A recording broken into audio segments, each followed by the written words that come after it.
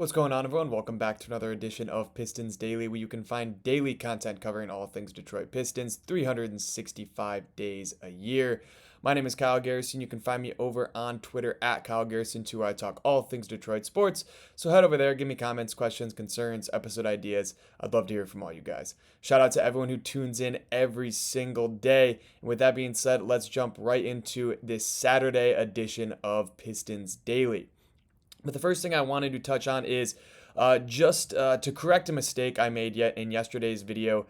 I said that Lauri Markkanen could be a trade option to go after at the trade deadline with the trade exception and combined with another player's contract like Tobias Harris or something like that. And I just wanted to retract that statement because you cannot combine the TPE with another salary in a trade. I apologize for that. I am still learning about the trade exceptions. The financial side of the NBA is very, very confusing, and I'm still figuring that out. So I apologize. I should have known better than that. But thank you to the guys who were able to point that out in the comments section. So I could go back and correct my mistake. Again, I apologize for that. But if the Pistons were to try and use that trade exception, obviously, like I said, it would have to be just that trade exception, and then you could add picks on that. But you could not add another player. So that would take out the option of using the trade exception to get Lauri Markkanen. You could still go out and get Lauri Markkanen if you wanted to give up multiple player salaries, which the Pistons would have to do that. It'd have to be something like Tobias Harris and Caris LeVert for Lauri Markkanen straight up. Maybe you add a second round pick or a couple second round picks or something like that. But if you were to use the actual trade exception, you don't want to get rid of Tobias Harris. You think Caris LeVert is playing well or whatnot at the deadline, or even sooner than that, then a guy like PJ Washington could actually make a lot of sense with that trade exception. He's making $14.15 million this season and is on an expiring deal. So you could go that route and you wouldn't have to give up any of your depth pieces. You wouldn't have to give up a veteran like Tobias or, Duncan Robinson or Caris LeVert, some of those guys that are on mid-sized contracts to make the contracts work. You could just give up your trade exception. You add a couple second round picks and you could go out and get PJ Washington.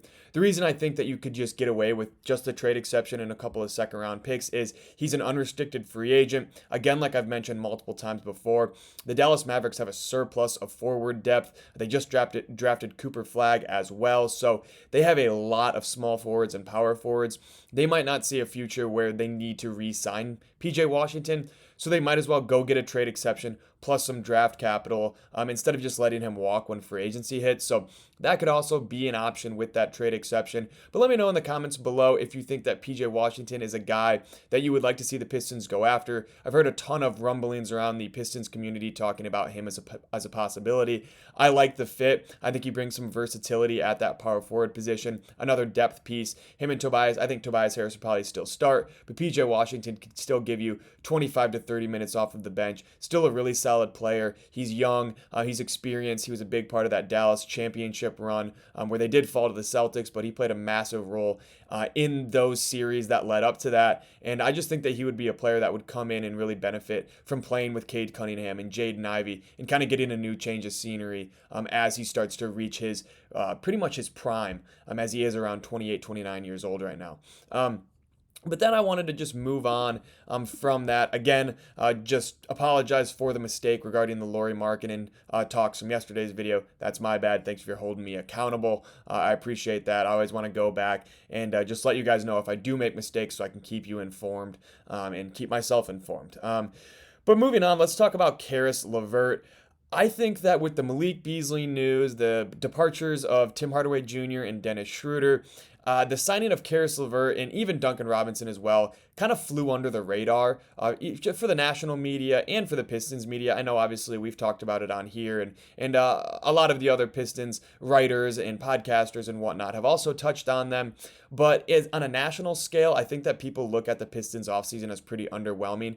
And while that may hold some truth, I do think a guy like Caris LeVert is getting heavily underrated right now. With the role he played last year in Atlanta, he was backing up up an elite playmaker in Trae Young, and he played very, very well. He had just a very unbelievable season efficiency-wise compared to the rest of his years in the NBA. Last year, he had his second highest three-point shooting season at 37%, and then he also had his highest overall field goal percentage at 47%. So a 47% shooter and then a 37% three-point shooter off the bench is very, very solid to have. He's 6'6", he plays good defense, and he can also handle the ball, facilitate as well. In his career, his numbers have gone down a little bit as far as overall assist numbers, but his assist to turnover ratio was really solid last year when he was in Cleveland and in Atlanta. And I think that had a lot to do with the fact that he wasn't a starter. He wasn't relied on to have the ball in his hands as much. And he could kind of come in and pick his spots where he wanted to attack, pick his spots where he wanted to be a facilitator. And then he ended up looking very, very solid last year in his time in Cleveland for about half the year and then Atlanta for the other half of the year. So when you're looking at the Pistons point guard, backup point guard depth, obviously there's been talks of Jaden Ivey kind of being that main ball handler in the second unit.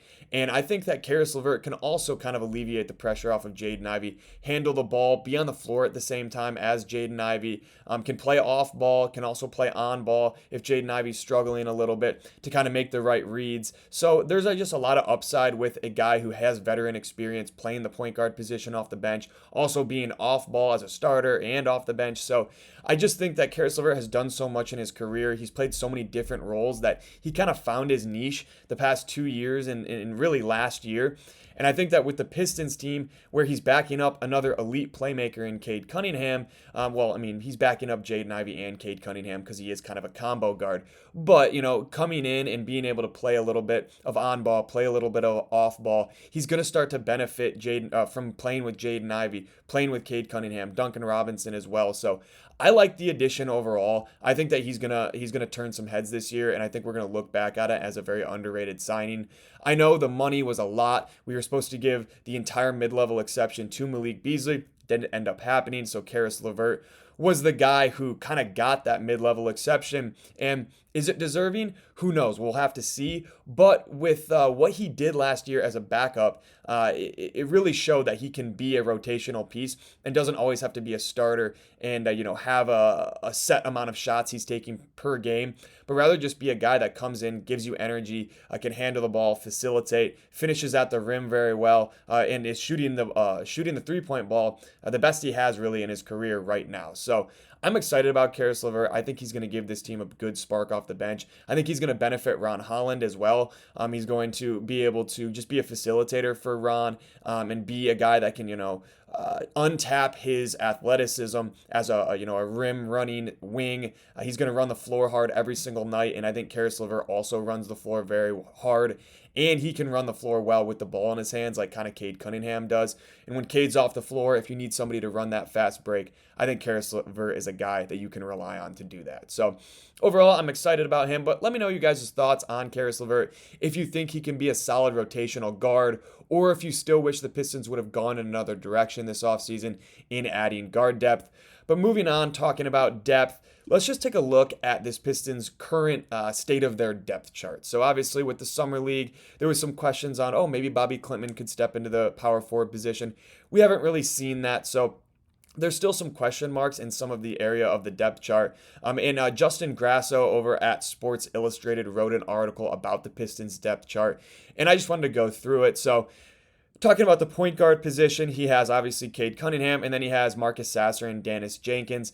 As of today, I think that's a fair evaluation, but realistically, I don't see Sasser or Jenkins getting minutes to start the season. We know Trajan Langdon wants to experiment with Jaden Ivey running the backup point guard at times, so I think that will be filled by him, but because he is the starting shooting guard, obviously they're not going to put him as the backup point guard. So I understand where Grasso is coming here, putting Sasser and Jenkins behind Cade Cunningham. I do think that both those guys will be getting minutes here and there if there's injuries or there's garbage time or whatnot. But as far as looking at the rotation, if you're trying to go out there and win a game right away, I think that Jaden Ivey, Cade Cunningham, Caris LeVert will kind of be the three-man rotation running the point guard, and you can plug and play Sasser as you please. If there's some matchups you like, if there's some smaller guards that he can play against, maybe you end up throwing him in there. I don't think Dennis Jenkins will be getting significant minutes just yet in his NBA career, but we'll see. He's been playing excellently in the summer league, and I hope he does push Marcus Sasser for some of those backup point guard minutes if Marcus Sasser is considered for a rotational spot this year. And then moving on, just talking about the shooting guard, Jaden Ivey obviously is going to start, and then they have Caris LeVert and Chaz Lanier as the 2 and 3 option at the shooting guard position. Caris LeVert, like I talked about, he's probably going to come in as that shooting guard normally, but will get opportunity to play on ball as well with Cade Cunningham off of the floor. And I think him and Jaden Ivey will be a fun backcourt duo. And then obviously Jaden Ivey probably towards the end of quarters or the start of second quarters will come off the floor. Cade Cunningham will come back in. And then we'll be able to see Caris LeVert and Cade Cunningham kind of work off of each other. If Caris can continue to shoot the 3-ball like he did last year, that's going to be fun to watch, and that's going to benefit Cade as well. So I like that 3-man guard rotation. And then if need be, you can toss in a Marcus Sasser or Chaz Lanier minutes throughout the season if, like I said, there's injuries or there's garbage time or you just want to get a new look out there next to Cade, Caris, and Jaden Ivey. Moving on to the small forward position. Right now, obviously, Ausar Thompson is the starter, and then Duncan Robinson's going to come off the bench. Justin Grasso has Bobby Klintman actually as the third small forward, and while they did play him at the small forward yesterday in the Summer League, I do think that Bobby Klintman, if he were to be on the Pistons 15-man roster, then he'd be listed as a power forward.